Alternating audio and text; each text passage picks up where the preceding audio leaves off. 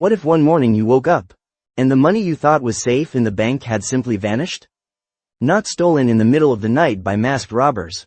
Not hacked away by criminals overseas.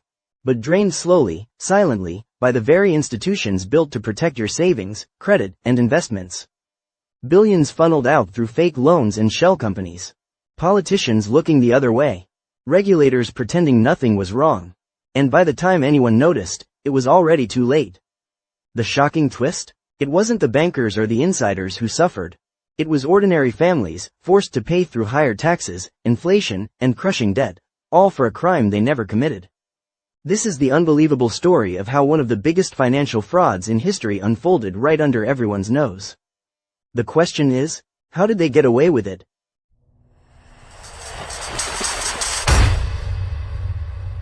Moldova, a small European country, already struggling with low income levels and heavy dependence on foreign loans. For ordinary citizens, every dollar in their bank account represented years of hard work, savings, and tax contributions. But in late 2014, something shocking happened. Almost 1/8 of Moldova's GDP, $1.80 billion, suddenly disappeared. Here's how it unfolded. 3 of Moldova's biggest banks quietly approved massive, fake loans to shell companies. These companies didn't produce anything, didn't employ anyone, and in many cases didn't even exist beyond paperwork. Within just a few days, billions in credit was issued. And almost instantly, the money was transferred out of the country, routed through Latvia, hidden in offshore accounts, and eventually spread across dozens of tax havens worldwide. Who could pull this off? Investigators later found that politicians, bankers, and even regulators had either participated or looked the other way. The alleged mastermind was a young businessman named Elon Shore. He and his network used their positions to manipulate the banking system. While Moldovan families worried about how to pay rent or keep up with loan repayments, a handful of insiders were siphoning away the nation's future. The scandal finally came to light in November 2014. Overnight, the central bank realized billions were missing. Imagine logging into your account to check your savings balance and discovering the entire banking system was collapsing. For a country as small as Moldova, $1.80 billion wasn't just money, it was survival. To prevent a total collapse, the government issued emergency loans from the state budget to cover the missing funds.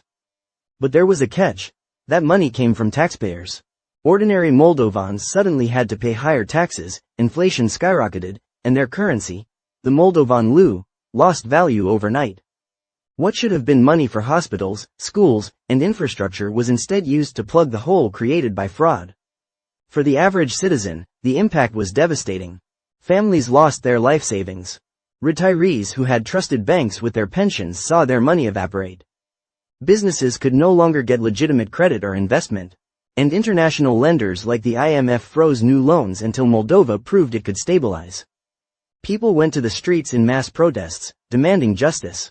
After the fraud, Moldova became one of Europe's poorest and most unstable economies.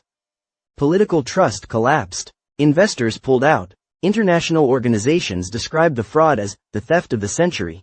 And while the country eventually secured outside investment funds and loans to recover, the scars remain to this day. At this very moment, Moldovan taxpayers are still paying for the bailout, through higher taxes, reduced public spending, and a weaker economy. Here's the twist.